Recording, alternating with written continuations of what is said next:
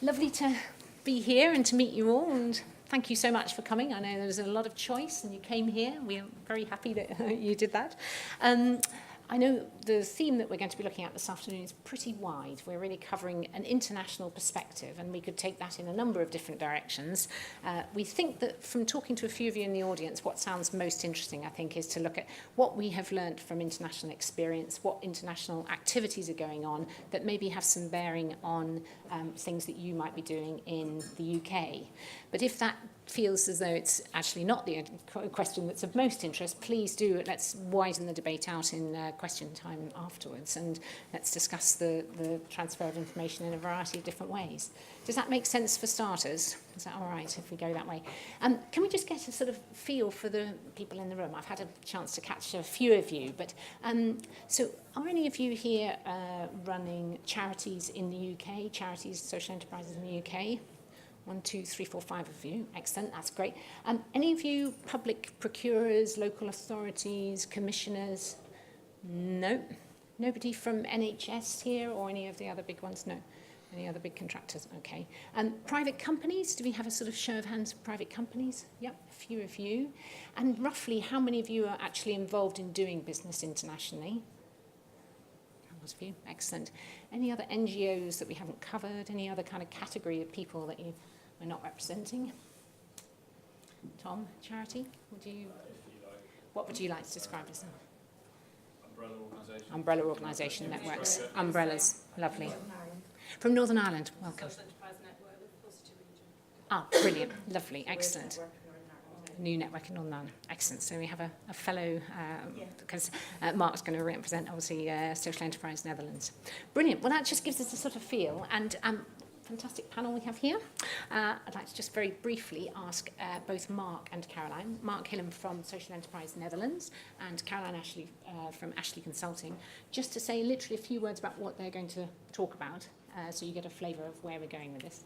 And then we'll each just do a short presentation, but the main purpose will be to have a discussion, to open it up and learn what we can from each other. Okay. Caroline, do you want to start with what you're going to cover in?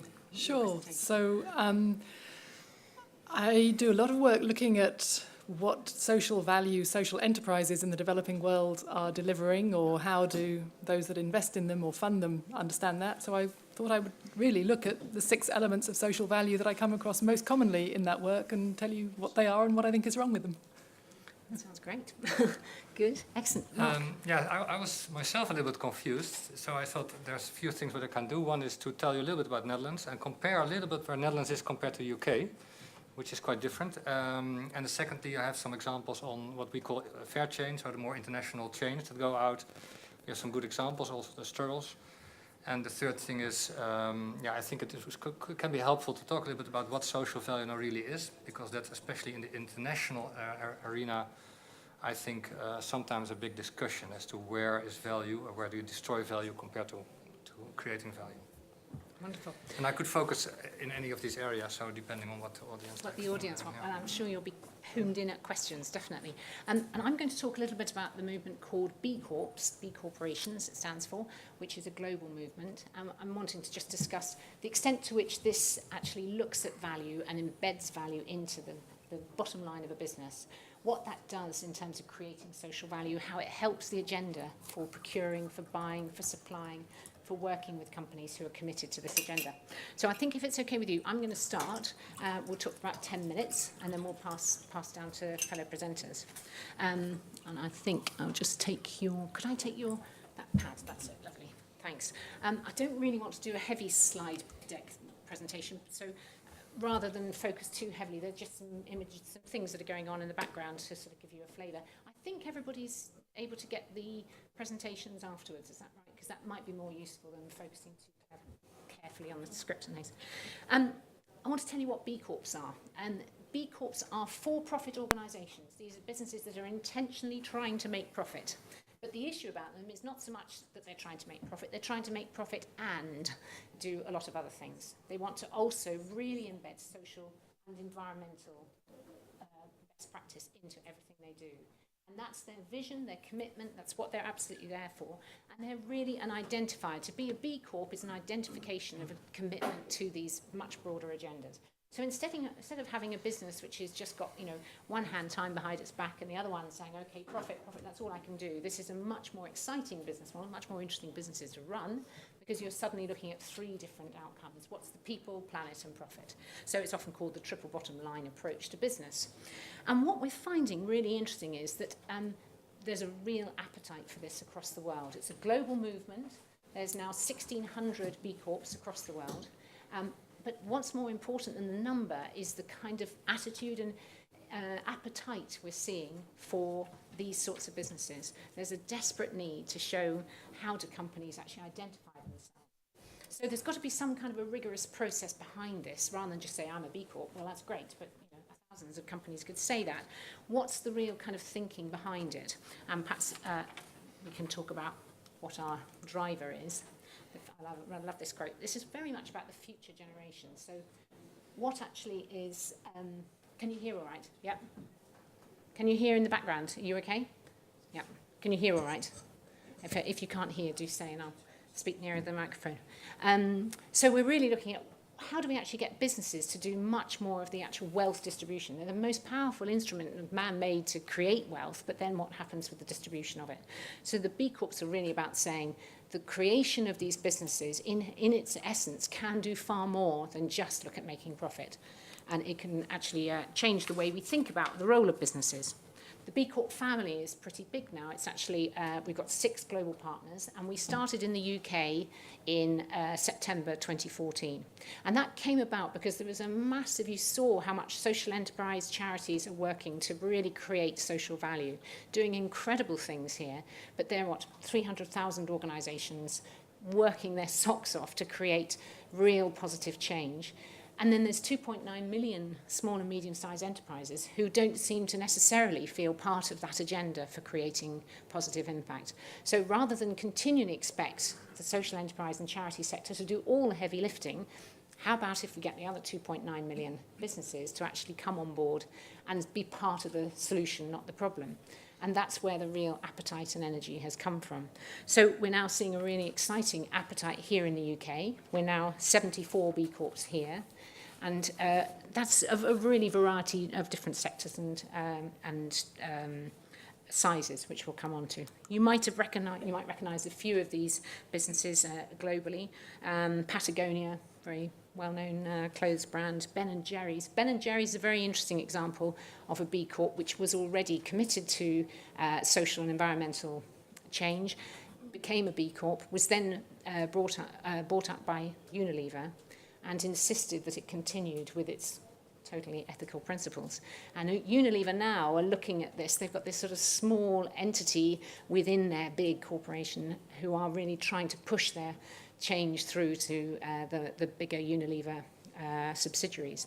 And now we're seeing Unilever playing a really active role in engaging with us in trying to see how multinational public companies can be involved in this. I'll tell you a little bit more about why that's difficult when we just get on to how you become a B Corp. Here are some of the organisations in the UK that are B Corps. We have about 9 or 10 investors. Really interesting. Investors are desperate to look at how can they support businesses that are actually contributing to the solutions they're trying to solve. What is the way that they can identify companies who are part of what their agenda is? That this isn't to say that they won't still invest in charities, social enterprises and others, but when they're actually looking at what identifies them as a business, they want to be identified as a B Corp themselves. So there's B Corp investors who then maybe invest in other forms of impact-based businesses themselves. We have all sorts of other businesses in here. Food, the sector is quite large. Cook Foods is a B Corp. We have Cotswold Fair, which is a supplier of B Corps. Lily's Kitchen, which is pet food. A variety of different fashion industries interested in this. Ethical fashion fits very well. And sustainability consultancies. And a huge range of others. There's about 700 organisations in our pipeline at the moment going through the process. So let me tell you what the process is. And this is where we fit more into the details of measuring impact. If you want to become a B Corp, you have to really start with a meeting in your board, and you need to say, Do we really want to see this business do something other than just make profit? Do we really want to make all the changes that we need to do? Do we want to embed this in our constitution? If we do, what have we got to do to then pass the threshold test, which says we are actually sufficiently committed that we're making positive impact? So the first thing we have to do is pass a performance test, and that's online, and we go through 5 different factors, which I'll come on to in just a minute. If you get over a certain threshold of 80 points, then you can go forward to be reviewed and have all your answers and assessed by an independent team of verifiers. So there is really clear kind of checks and balances in this system that first, the performance test threshold is very high, but then on top of that, there's a verification process to ensure that your answers and your documents and your policies and your website and your behaviour and your employee arrangements all support what you're saying. And then if you've got through that phase, you then need to make a change to your articles. And instead of the normal company articles, which don't insist that you take into account people and planet, they just say that a director must give regard to shareholders. What we now insist on as a legal change is you actually have to commit to saying we will now ensure that the company directors will take into account and look to create positive environmental and beneficial impact as part of their duty.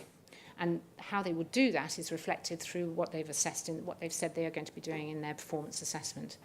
And once they've done that, there's then a further disclosure questionnaire process which checks that what they're actually doing doesn't have a material breach to the principles that they've just answered. So if, for example, you are in the arms industry, it could be you still get through the threshold. It would be difficult, but it's possible you could still get through our assessment test. You could still be verified as having verified all your answers, but there's a material difficulty with what you're actually doing is somewhat in breach of the intentions of the positive impact. So there's a further kind of element there, and tax issues fit into that one before you wonder where that might sit. And then if you go through all those phases, you then become a B Corp. So it is no mean feat. This is a light, this isn't a sort of frivolous activity you might undertake on a Monday morning. This is taking really substantial change. And we see businesses wanting to do this either from the very beginning. Some of them are trading subsidiaries of charities. Some of them are start-up businesses. Some of them are really well-established businesses wanting to change and build this into their structure. Some of them are large public companies. Much harder for them, as you can imagine, to get the shareholder agreement is not easy, but it's possible to do. And we saw Etsy and Natura are examples of public companies who've gone through this whole process and their shareholders are on board with them. So what we're seeing worldwide is a real push to say, businesses, get out of bed, do it well, make sure you actually show how you're committed to this, stay in here for the long term. Investors will follow you because investors are saying they realise that the short-term agenda is just destroying value and creating unsustainable expectations. So there's a real kind of seeming meeting of minds and agendas at this time. And I think that's why we're seeing in the UK B Corps is just literally flying away, and we're delighted to see it. But we need to harness that and work with lots of partners to help make that a reality. The things that we cover, I just wanted to come to, sorry, I just didn't add in my other slide. There's one other slide I wanted to include in this, which is the 5 criteria. And these are, when we're looking at the B Impact Assessment, which is an online free tool, anyone can go on and use it, we're looking at 5 different criteria. One is how are you governed? How transparent are you? What's your accountability? Who engages in the decision-making process? How do you find out information about the company? Really difficult with small private companies, often quite hard to get details. Second one is about what's your impact with your employees? How do you recruit for them? How do you train them? How do you treat them? What's your professional development? What's your pay ratio from top to bottom? How do you manage your appraisal system? What's the process for pay on leave? All these different criteria that fit into a sort of bucket of good behaviour as an employer. which of course also affects your productivity. So it's not, it's not disconnected from the profit motive either. How's your impact on the community? What's your physical community or your virtual community? What are you doing to actually engage with them? How does your business help create positive change in your community? Environment, this is perhaps a little bit more kind of standard about how do you look after the planet's resources, what do you do in your office, in your use of energy, how do you actually monitor that, are you improving your positive impact on the planet? And then those are all really about the 4 hows of your business. So if you're looking under the bonnet, what are the 4 things you'd say about how do I run a business, do I run it with a mindset for positive impact? And then the what is about, so is what I do in its very self of existence a benefit to society? So that's really where we fit very overlap well with the social enterprise market. We're saying, do you as a business actually, because you exist, contribute to social impact? And you can be a B Corp with a variety of different ways of getting the score across all those different dimensions. So this is not a kind of only for social enterprises or only for businesses that are making widgets or working in fashion or servicing a sustainability consumer. This is about a really broad church, and the UK, and we have about 14 sectors, but worldwide it's 42 sectors.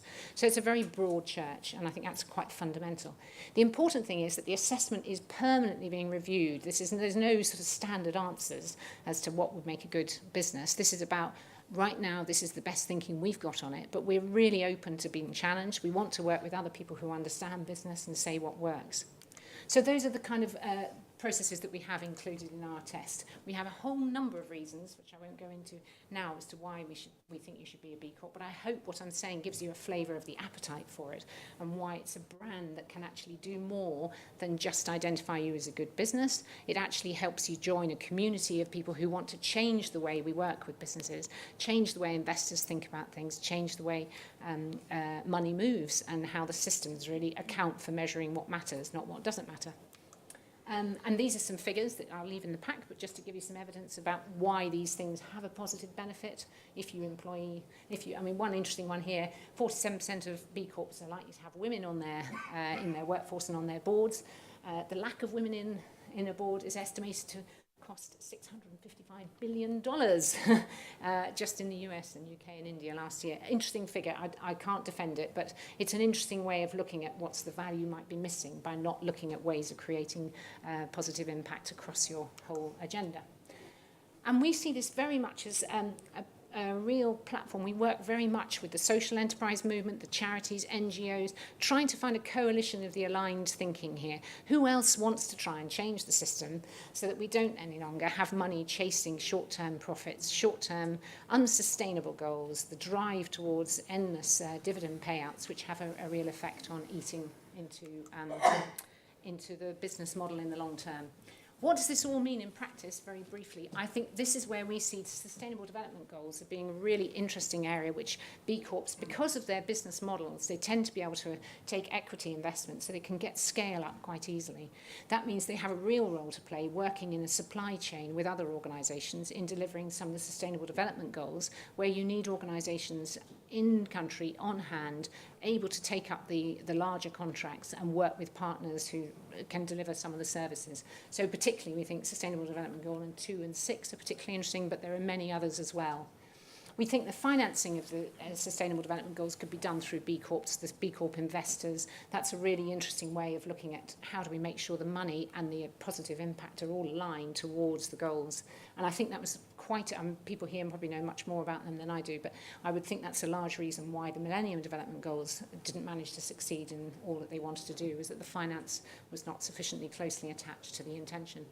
Public procurement. There's a wonderful act in Wales. I know we've got a Welsh lady in the corner here, who is actually looking at the well-being of future generations. This is a sort of, it's a really powerful act, this, and it's going to be law, and it's going to be binding, and it's going to sit incredibly well with the Social Value Act, which is going to say when a public procurement is on offer, correct me if I'm wrong, it's going to say you have to consider what's the impact of that on future generations. So businesses that have got this in their thinking and are absolutely committed to that are clearly ones who are going to be go-to businesses, we hope.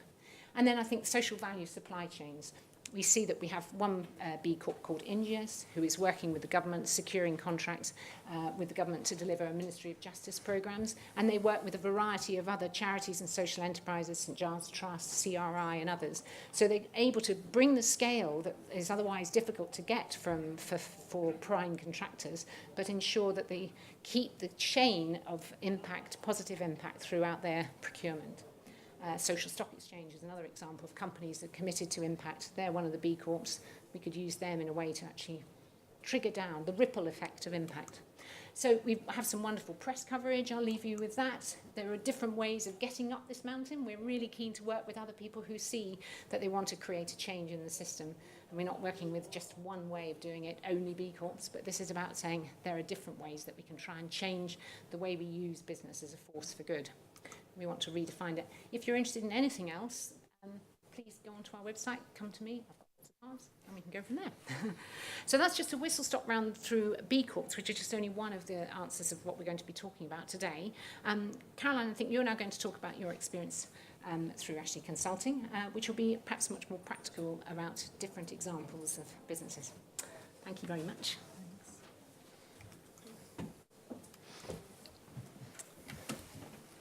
Okay, so Ashley Insight is a mission, it's a consulting organisation with a mission to improve the effective implementation and scaling of business models in the developing world that engage people at the BOP, the base of the pyramid. I won't go into a long digression as to why people say base of pyramid rather than poor people or low-income people, but basically it's because they don't necessarily want to reach the really poor, so they use this slightly fuzzy term, BOP, base of pyramid. Get me off on that tangent and we'll be here all day, so I'm just going to use base of pyramid, BOP. I also run, and Ashley Insight sponsors, the Practitioner Hub for Inclusive Business, which is an online platform all about the implementation of business models that engage the BOP and how it actually works and what the challenges are. So the kind of work that I do is very often working with social enterprises or large companies or challenge funds or impact investors that are trying to understand their impact and how their business model can deliver social impact and how that relates to their strategy and how the challenge fund or the impact investor can best leverage their input, their grant or their investment or their technical support to try and achieve greater value. So this touches on this question in many different ways of, well, what do you measure? What counts as social value? And how do people use that, both for managing their work and for the external world to understand value? So given this task, I thought, okay, what do we really look for in the development context? I was trying to think big picture and sort of compare that to the UK social enterprise space. I'm obviously not going to read out everything on this slide, but I think the figures tell you enough that there are huge problems in the developing world, where half the population are living on less than $3 per person per day, and the lack of electricity, cooking, sanitation, clean drinking water. The problems are huge, and therefore government, aid, and charities just cannot do enough. So there's absolutely no doubt there is a space for business in this, and there's a space particularly for social enterprise, because there's a lot of innovation happening. One area where there's lots of innovation happening is in sanitation. There's quite a few toilet businesses now developing. This is one example from Clean Team Ghana. You may well have heard of Sanergy in Nairobi, who have got a slightly different model, because in many parts of the developing world, there are not toilets. There's just open defecation in areas, and it goes into the water and into the slums and so on. So these are great businesses, but they're really struggling. They are not hitting scale yet. And it's not really about how you design the toilet, although that is fascinating. I've learned an awful lot about how you design a toilet.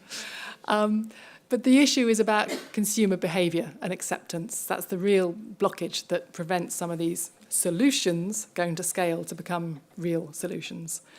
And they haven't reached a scale yet where there's any credible evidence that actually says incidence of childhood diarrhoea goes down, because you need to get to a level of scale to do that. And obviously what you're aiming for is for childhood diarrhoea, which is a killer, to really come down. Here's another very well-known example, D-Light solar lamp. D-Light have now sold millions of solar lamps. They say on their website 56 million people around the world. I assume they've multiplied by 5 to get to that figure. But there are now many companies that are selling solar products or solar home services. So this is the sector that's perhaps reaching biggest scale so far in the South. There was an impact assessment report just published a few weeks ago, Delight with Partners, and it did quantify the number of extra hours of quality lighting that the households have from their product. It was inconclusive on whether this actually led to increased number of hours of kids studying and doing schoolwork, which is one of the reasons people always go to funders and impact investors and say, you know, fund this business because then kids will do better in school and do their homework. Didn't actually prove that. But at least we have some firm data now that, you know, well, it sounds obvious, but people get better quality light for longer, assuming they're shifting from kerosene. I could spend all my time looking at different examples, but I thought, well, what are we actually looking for in terms of value here? And I think usually there are 6 buckets that we tend to look for, either for the business or for the investor or the donor. How many people benefit? How do they benefit? Who are they? Are they poor? Are they women? Is this innovation, this social enterprise, having any influence on the wider sector? Is it or will it go to scale? And, well, what's the return on investment? Whose investment? So I'm just going to briefly touch on those 6 very briefly. Obviously, I can go into more questions if you want to. How many benefit is the most standard metric. You go on anyone's website and they'll tell you the number of lives touched. It's complete rubbish because there is no consensus on what counts as 1. Do you multiply by 5 for the number of people in the household? Is it touched this year or since the business started? Does the investor claim it from the date of their investment or from the date the business started? And if it's 50,000, so what? If you reach 10,000 people and you're a mango processor, and that's new jobs for farmers, you've done really, really well. 10,000 is scale for an agro processor. If it's an app, so you can get information on, you know, when to have your, I don't know, your next jab, 10,000 is nothing. So you have to count the number of people, but it just doesn't tell you value. The much more interesting component of value is significance, or the depth of impact. You know, how much do people benefit? But it's incredibly hard. Yeah, how much value is it to have your own toilet, or a cleaner public toilet, the Clean Team example and the Sanergy example, or a closer public toilet? Sanergy found that people value proximity as well as cleanliness versus the bush. How do you compare that value? I don't think you can quantify it, particularly some of the value is to the community and some is to you. And then can you compare across businesses? This business gave a market for cassava to these farmers, and this business gave this household a solar lantern. How do you compare that value if you're trying to work out where to invest resources? Really hard. And if you do use valuation techniques, and I know there's a real trend now to put things into dollar terms, which is common in our space as well as in this space, whose currency are you using? Because the lower down the pyramid you go, if you count the money saved or the shadow wage of labour, well, that's lower for a really poor person, so the value will come out lower unless you adjust for the fact that these are really poor people.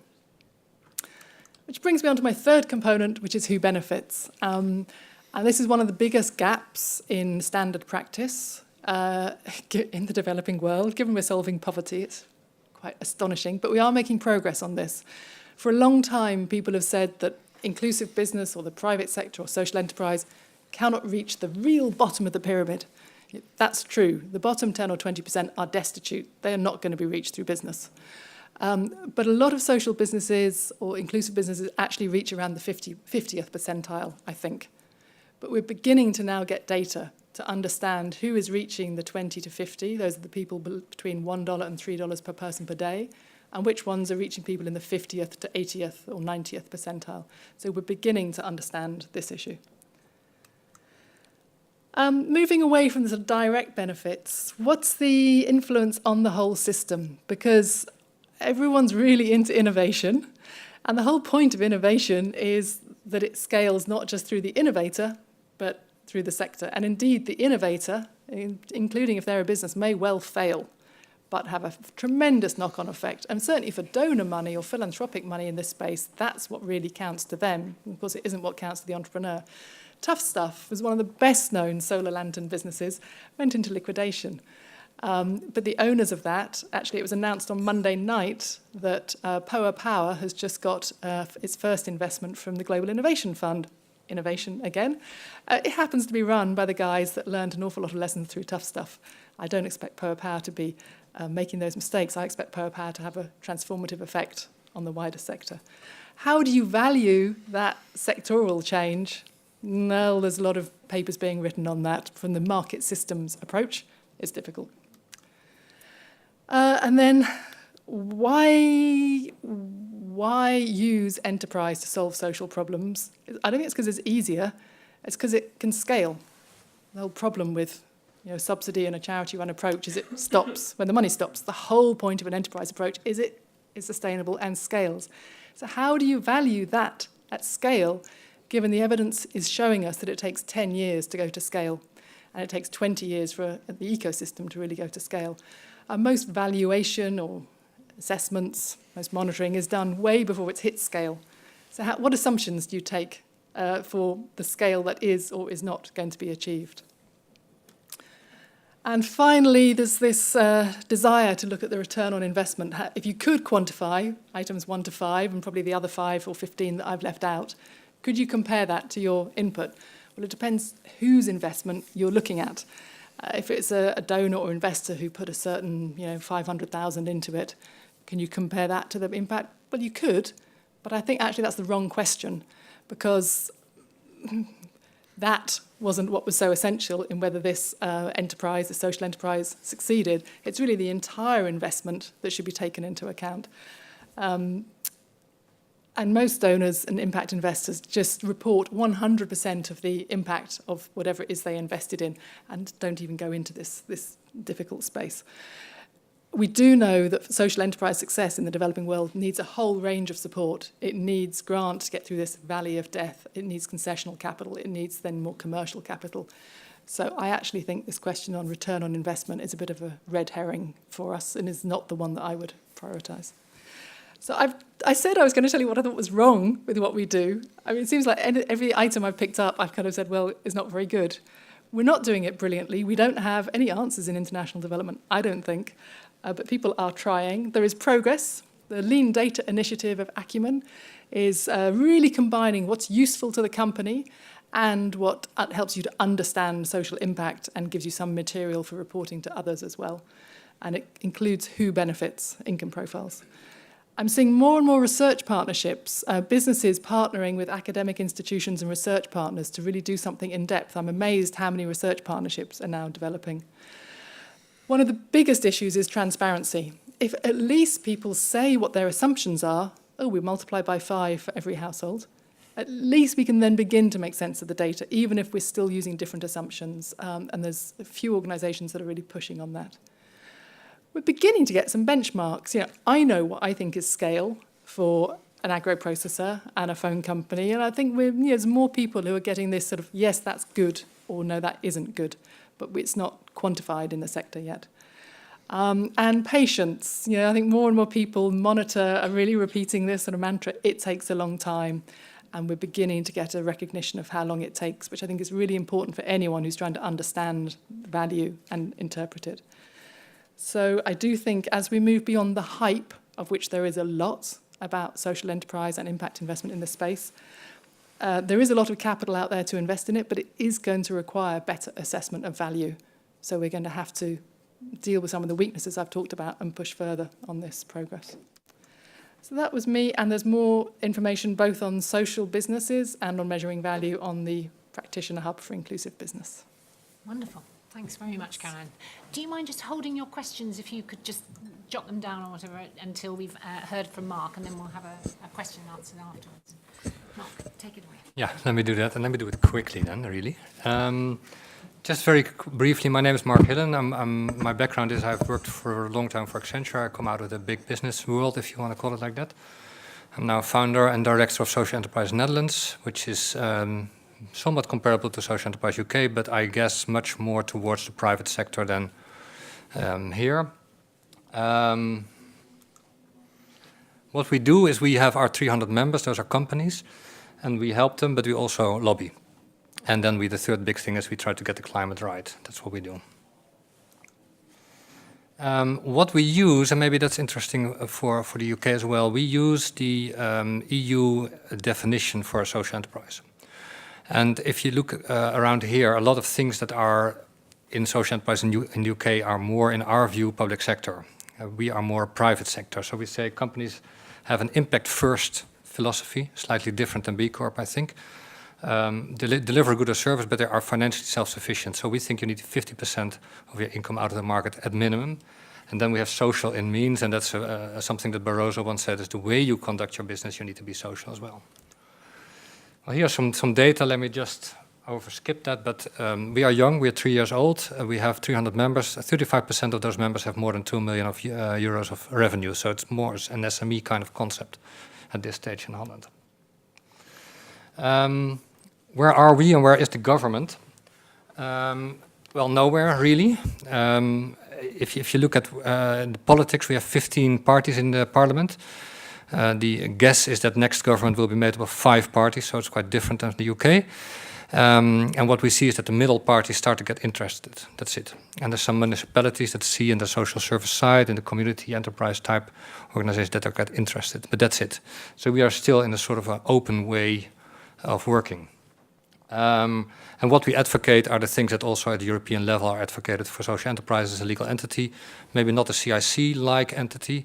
Like B Corp, for example, is a trademark, but in the US also a legal entity, or at least a form of legal entity. Something like that is what we need, I think. Interestingly enough, if you look back, for example, Philips is a very big Dutch company, international company. It's taken its, what we could call societal, its social mission out of its statutes in 1984. And it is interesting to know that because you can see a movement now, also the big CEOs of Unilever and the others saying, well, shareholder value is a dumb idea. Someone is saying it's a dumb idea. But it used to be that way in the 60s and 70s. And so we're sort of going back now. What making these differences? Because if you compare Germany and France and the UK, but also lower income levels, I think there's some things that are interesting. One is, of course, the welfare state, the wealth. If you look in Greece, for example, they have a legal entity, but poverty in the outskirts is actually quite high. It's more like a developing country. The role of the government. So, what does government see as its role? We don't have an NHS. We have different things. Things are at an arm's length. But the culture and attitude is very important, I think. And there's a lot of work being done on attitude, which it's often called culture, but I like to call it attitude. And what's the attitude of the people? And for example, Holland and UK look a lot in terms of individualism and collectivism. That's an axis. Now, there are 5 big axes on how you depict culture or attitude, and one is how individualistic are people. Well, the most individualistic people in the world are US, UK, Scandinavian countries, and Holland. And where southern countries and China, these countries are much more collectivistic. And the other one is, for example, power distance. So how important is hierarchy in a society? And then you see that, for example, hierarchy is important in the Anglo-Saxon countries, but in Holland it's very flat. We don't give very much attention to our boss. We don't care about it. And these kind of things are things that are very important. And one interesting example is always, of course, our soft drugs policies. Not that we have coffee shops and we sell soft drugs in the coffee shops. Those are not social enterprises. But what we did, and that's why people don't understand it, we legalized the selling of marijuana. And why did we do that?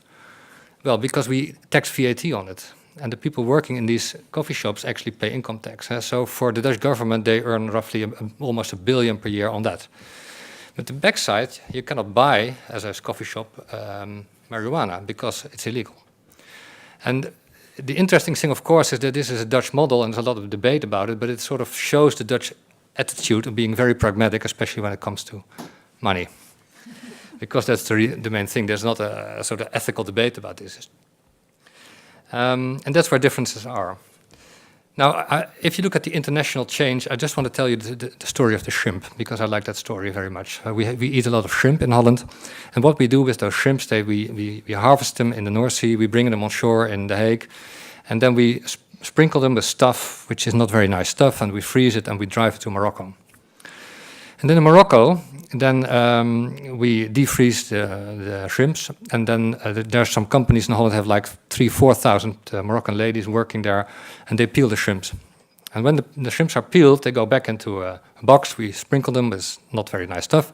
We freeze them, put them in a car, in the truck, and then we drive them back. And that's why the roads, if you go on vacation to Spain, are so congested. Then in Holland we defreeze it, then we have to wash them 4 times to get the bad stuff out. Then we add some salts and some other stuff, E-numbers, because they don't taste very much. And then they go into the supermarket. And that's how the shrimp industry in Holland works. And why is this? Well, if you have the minimum wage in Holland for the employer, if you add everything up, it's about 16 euros per hour. And the ladies in Morocco, they do this for about 70 cents per hour. And that's the big difference. And now what you see on the left of this picture is a shrimp peeling machine. Dutch inventors have been working for decades on machines that actually can peel shrimps. It's very difficult. But now I think they found it. And what does this story tell you? And that's why I like to tell the story. Well, the story is, of course, that this doesn't make any sense. This is a human system. It's just, you can call it labor arbitration because it's cheaper to peel in Morocco, but it's very bad for the CO2 and for the planet. And now, if we have now some new shrimp peeling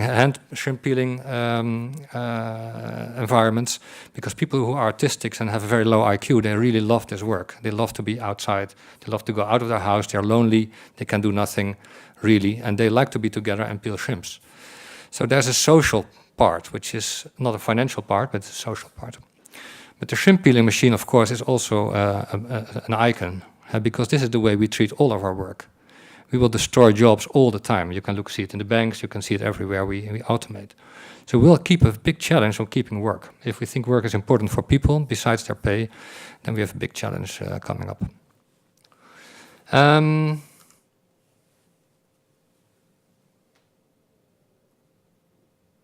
Let me not, one difference between Holland and the UK is that we use 2 different words for social. We have a word called sociaal and a word maatschappelijk, and I translated it to societal. So we differ a little bit between the individual level of social, like people having jobs who have have a disadvantage, and the more bigger societal questions behind it. If I hear the story about the lambs in Africa, I always wonder, this is great, because we have Waka Waka in Holland, similar company as the D-Light and all these things. And I believe that this is good for children in Africa because they get more chance to make their homeworks and so on. But what will happen to the battery? And how do we count that? Because the batteries are very poisonous. And is there systems? And are these companies really committed to cleaning up? And that's why I always struggle with monetizing. We can calculate that if we emit CO2, how many people from the Maldives we have to move to another country. You probably need to go to India. Or how much money we spent on raising the dikes in Bangladesh. But the reality is we don't want to raise the dikes in Bangladesh. So in my view, you need to be very careful with the monetization. You need a certain belief behind what you do. And then I think it's very, very important, if you talk about what you call social, is talk about the big picture. And talk about humankind, because of course we need to solve the problems of people now, but in the end, as a race, we need to survive. And if the sea levels really rise about 6 meters, that's the projection of Shell actually, so there's not the left-wingers environmentalists, then we will have about 2 billion people who have really big problems. So we need to not only care about today's social questions, but also about tomorrow. Fantastic. Gosh, what a place to finish. I think it's very much the story of our generation to work this out while we're here. Otherwise, we won't have much of a future to pass on. Questions? Would anyone like to start kicking off with some questions? You can really pick and choose where you'd like to start this debate at a fairly sort of practical implementation. Yes, please. And would you mind just saying your name for the web? Sean Keller. I work for Business Community. I'm the Business Connector for Greenwich. I read an article recently that suggested actually we can solve a lot of the world's problems with current systems, ways of working we've already developed, especially when it comes to the third world. But the problem is we don't implement them properly.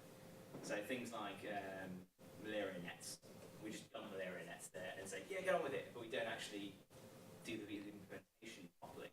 Do you think that's right? Do we have solutions to a lot of these things, but due to especially as you guys count around transparency, all that sort of it, but we don't do it because we don't want to tell people, we don't want to lose our intellectual property, we don't want to invest in that because we can't monetize it. Do you think that's a valid view? You'd like to give? No, I mean, I think yes, because if you look at today's state of technology, we have enough technology to solve everything. We don't need fossil fuels, really. We don't really need that. So I think our big challenge is why I call social innovation. It's about the human constructs, our democracy, our money system, the way we globalize and all that stuff. But it's not a technical question. Of course, it will help if we get better solar panels. It will help if we get better malaria medicines or preventions, shots and so on. But the technology runs very fast. I think the technology outruns, let's say, the human systems. And but yeah, I think so. Yeah. Should I just, Did you want to quickly yeah, answer I that? think there Yes. are some solutions that have really saved lots of lives, and the oral rehydration therapy in sachets is the best known that's saved millions. But as you say, malaria nets haven't because of its use. But then are they really solutions? Things that are designed and aren't used by the users in the way the users want to use them aren't solutions. And that's actually why I like social enterprise, because your business goes bust if you don't understand your user. So you have to design it properly. And these toilet businesses, they continue to iterate until they find the right model that will become a real solution. That's really interesting. Yes, we'll take a couple of questions at once. So Yeah, and following from the point the I've seen gentleman made, it. my name is Valma Jones, and I'm quite interested in your B Corp. How many of those companies are BME companies and are from ethnic minorities? Yes, BME, yeah. And do you think if you got more, we talk about some parts of Africa where there's a lot of fraud because of self-interest, do you think that model can actually change businesses if you got them enrolled into that model? Good question, good question. Hold on that one, let's take one more question so we won't... Yeah, Richard, do you announce your name, please? Richard Litchfield at Eastside Prime Timers. My question actually was for you, Caroline. We provide services to charities and social enterprises here to help them measure their value and impact. So maybe there's some crossover with what you're doing. I guess I was... So I buy into, quite naturally, I guess, the concept that measuring your value is important. I was interested to understand in your world how the funding of that measurement happens. Just by comparison to the UK, so I think what we've found here is that it's disproportionately high for smaller organisations, smaller social enterprises, to try and put in systems to try and demonstrate that value. We've had some funders here, so I think if there's anyone from Cabinet Office here, but some funders like the Cabinet Office and others, and there's a new foundation just setting up some and allocating some funds to try and help those smaller organisations to put in those systems. So I guess just a general question in the international development kind of arena, is this stuff getting funded at the moment? Is it, or is it just a bit, who's doing it? Interesting question. Okay, shall I just jump back with an answer on the B Corp model for BME? Really good question. The breakdown, any company that goes through the assessment process has to provide a breakdown of the employees across a range of different factors, ethnicity as well as other factors. And there's no black and white answer. Yes, this company must have a certain amount from this age group, this ethnicity, this. But what it's doing is it's across all the different criteria. It's saying, are you maximising the way your business is looking at creating positive impact? So, it's deliberately not saying there's a benchmark below which you cannot be creating the impact you could, but it's taking a kind of assessment of saying, where are you looking to create change? Have you thought about this? Can you integrate a BME policy into your organisation if you're not actually already doing that? So there will be B Corps without these, and there will be some with. I wasn't asking about the percentage of employees from that company. I was asking whether the companies you have on there, how many of them are black-owned companies? This will be part of the same sort of question process. I can't tell you exact numbers, I can find out, but there will be a higher proportion of them than there would be in the non-B Corp world, because by definition this is part of the metrics that we're looking at to create impact. And in terms of driving change, I think I would say across all these indicators, we would love, this is a free tool, this impact assessment, it's quite comprehensive. And we would encourage all businesses, whether they're charities, social enterprises, not interested in going to become a B Corp, they use this to think about how can they create change within their business, but also within their broader activities. So my question, the second question was, do you feel that I could see that model working? So in terms of that model and looking at how businesses in Nigeria, Uganda can use that model to embrace social equalities, because we know that there's a divide between the rich and the poor. Do you think your organisation can stimulate the opportunity for those businesses to see the value of that model? Yeah, and I think that is happening. We see interest in various different countries, particularly in Kenya, Ghana and Tanzania, some interest in this model. It's difficult because of the legislative background is not very, in some places is not developed, in others it's not consistent. So we're dealing with quite an uneven playing field, and there's a lot of work to be done to bring that to some degree of, that's the first part of the work, is to actually embed some of this into law, and then it makes it an awful lot easier to say and to what extent you can go beyond that. But let's pick that up separately if it's of help, because it would be really interesting to discuss. Any other questions from, I mean, there are lots of interesting things then. Yes, Tom, tell us.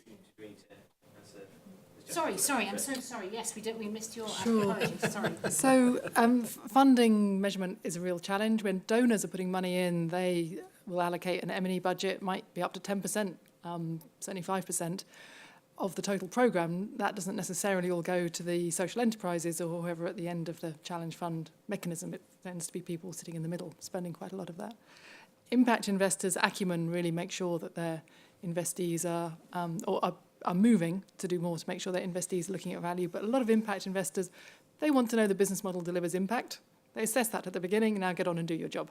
So there's a real range there.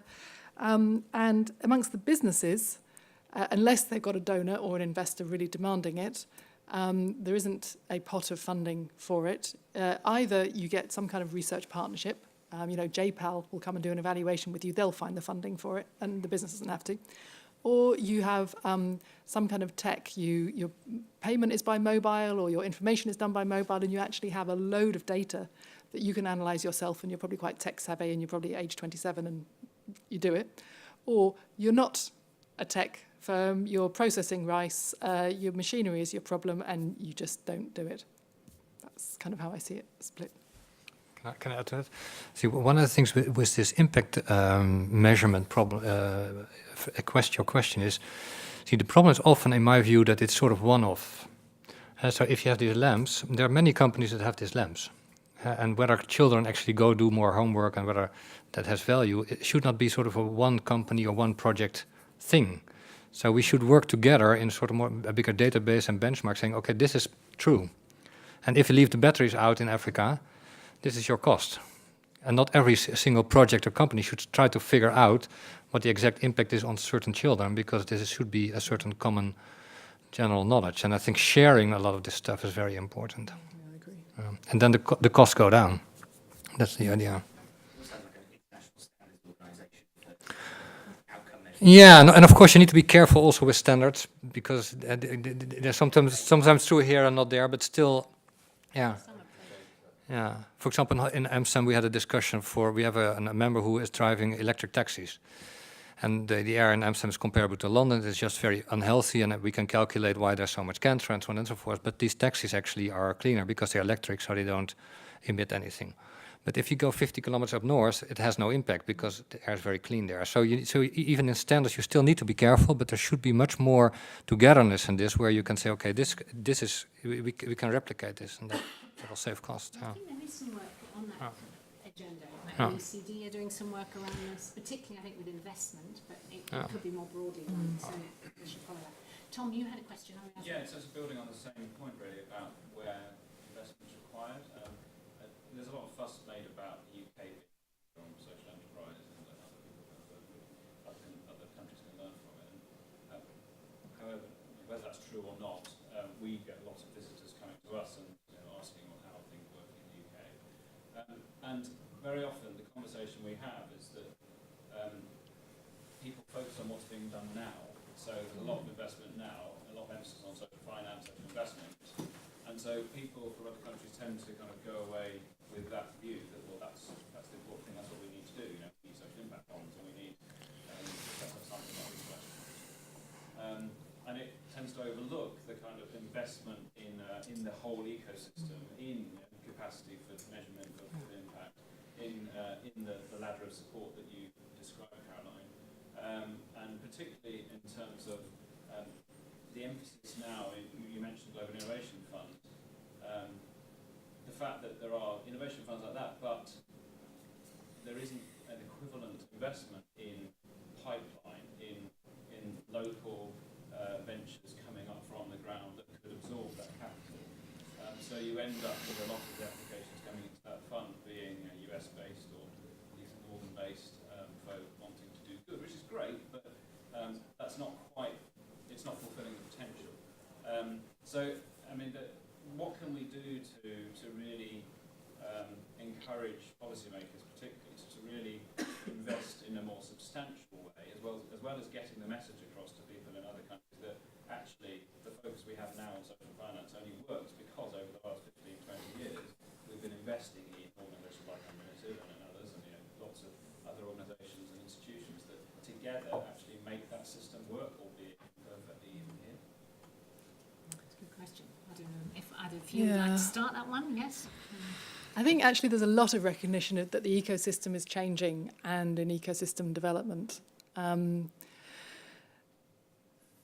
I think you should talk to Ross Massoud at DFID, who is looking at exactly this. I've spent the last 3 years working on the DFID Impact Programme, which is the closest thing there is to a big society capital, though it's nowhere near, which is trying to build the market for impact investment in low-income Asia and Africa. And investing money through fund managers, fund of funds, but also in market development. And I think that's one example of a player in this space that's saying what's needed in the ecosystem: skills, training, information sharing. IRIS shares metrics that can be used. It doesn't share the actual information, going back to this previous conversation, but metrics. I think there's more and more players trying to build the ecosystem, and India is way ahead of everywhere else. I also think the recent Monitor report that looked at how microfinance had developed as an ecosystem and said, we need to do this now. So from my world, I'm in an awful lot of conversations about ecosystem development, but people just don't quite know how to make their bit of the pie work for that big ecosystem building. Yeah, and what at least I don't know how it's in the UK, but what I'm surprised about, if you look at, for example, the world of the universities and science, how little there really is on this field. And in Holland, I see universities move very, very slowly, but some of this stuff, I think, is also something where there should be much more science behind. And I can see, like in Oxford, I see things and so on, but it's all very dispersed and scattered. And so I see all these little things, but there's not a bigger sort of view of, okay, if this is what we call social value, and that's what I think we could indeed link to the SDGs or whatever, now here and build it down. And I think, in Holland at least, the universities and so do very little. They have some very nice educational programs because the students like it and so on. But really, knowledge building, is I think, lagging behind. Yes. Liz Allen from the Social Audit Network and the Connectives. Just to tell a story that might be useful. Social Audit Network's recently worked with a new standard called W+, which is trying to value the time and energy that women put into activities within developing countries. And we've been to Nepal and we've been to Indonesia. And in both of those communities where they were using biogas units to convert biomass into gas they took groups of women from the communities, and those women became the enumerators within their locale, if you like. So they developed a skill, they were able to evidence and speak in the language of every day to those women, but then were commissioned by other biogas projects to say, we need some skilled enumerators who understand the community. So it was building on that kind of learning piece, but within those women who've already experienced it. And for me, that was one of the things that attracted me to getting involved with W+, that it's like, okay, this is just a bit more than cookies and cactus. It was actually building something. Just talking about ecosystems.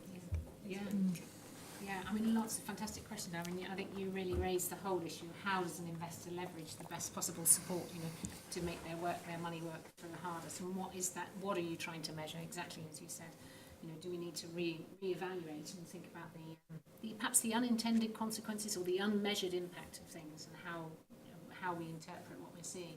I think your real challenge to us as a kind of here and now thinker, but actually trying to focus on what on earth we see coming down the road. I mean, I heard a statistic the other day that 80% of businesses that will be in existence in 2030 have not yet even been created. So actually we're, you know, the idea of sort of only thinking of what we're dealing with now, we almost have to sort of kind of forward think and then backfill so that we know exactly what it is we imagine we're looking for, rather than just blindly go into the future without a sort of clear path. So I think your challenge, you know, the shrimp story is an absolute indicator of what's the role of labour, what's the role of people, what are we going to do as a society. So we've got some big challenges as well as measuring what we have produced. I think we might be out of time, aren't we? So unless there were any other burning questions, but thank you so much for being part of this discussion, and great to see you all. Thank you. Bye.